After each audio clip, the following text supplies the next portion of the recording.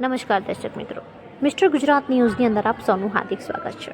આજના મુખ્ય સમાચાર છે, પૈગંબરે ઇસ્લામ હજરત મોહમ્મદ મુસ્તફાની શાનમાં ગુસ્તાખી કરનાર મોરબીની મહિલા વિરુદ્ધ અબડાસા પ્રાંત અધિકારી સાહેબને આવેદનપત્ર તેમજ નલિયા સીપીઆઈ સાહેબ પાસે ફરિયાદ માટે અરજી અબડાસા મુસ્લિમ સમાજ દ્વારા કરવામાં આવી હતી।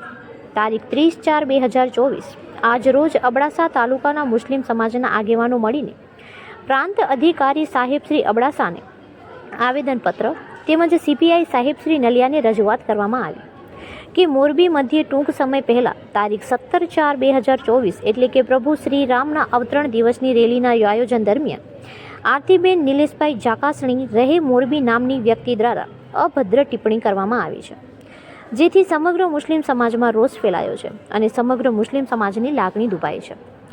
આવા અસામાજિક તત્વો વિરુદ્ધ કાયદેસરના પગલાં લેવામાં આવે અને પાસાની કાર્યવાહી કરવામાં આવે તેની મુસ્લિમ સમાજની માંગ છે। વધુ વિશેષમાં જાણવા મળ્યું કે અબડાસા હિત રક્ષક સમિતિના પ્રમુખ સાલે મામદ પઢિયાર તેમજ ઇકબાલભાઈ મંદરાએ જણાવ્યું હતું કે મતદાન પહેલાં અભદ્ર ટિપ્પણી કરનાર મહિલાની ધરપકડ નહીં કરવામાં આવે તો અમને ના છૂટકે ઉગ્ર આંદોલન કરવા ગાંધી ચિંધ્યા માર્ગે જવું પડશે। આ બાબતે અબડાસા તાલુકાના મુસ્લિમ સમાજના તમામ અગ્રણીઓ તેમજ સમાજના આગેવાનો ઉપસ્થિત રહ્યા હતા। પ્રમુખ સુન્ની રક્ષક સમિતિ આજે અમે નાયબ કલેક્ટર આપણા ડીસી સાહેબ અને સીપીઆઈ સાહેબને આવેદનપત્ર પણ આપ્યો છે। અભદ્ર ટિપ્પણી બોલી છે એ હવે અમે સાંખી દેવાના નથી।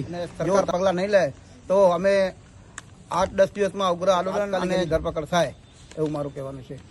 હું રજાક ઇંગોરા ખીરસરા વિંજાણ તાલુકા અબડાસા કચ્છ મોરબી મધ્યે એક મહિલા દ્વારા અમારા પૈગંબર સાહેબ વિરુદ્ધ અપશબ્દો બોલી સમગ્ર ઓફિસમાં ફરિયાદ કરવા આવ્યા છીએ અને એની તાત્કાલિક ધોરણે હજી સુધી 17/4 હજી સુધી એની ધરપકડ નથી થઈ। કોઈ પણ ધર્મ વિશે અભદ્ર ભાષા બોલે છે એવા બાયલાઓને કહીએ છીએ કે લેડીઝોને શું આગળ કરો છો? અમારા ધર્મ માણસોને કહીએ છીએ કે તાકાત હોય તો તમે આગળ આવો, લેડીઝોને શું આગળ કરો છો? આવી રીતે અમારી ધાર્મિક લાગણી દુભાય છે વારી ઘડીએ, એ હકીકત અયોગ્ય છે। એના માટે સરકાર શ્રી તાત્કાલિક ધોરણે પગલાં લે અને એના ઉપર કાર્યવાહી કરે અને ધરપકડ કરે એવી અમારી માંગ છે।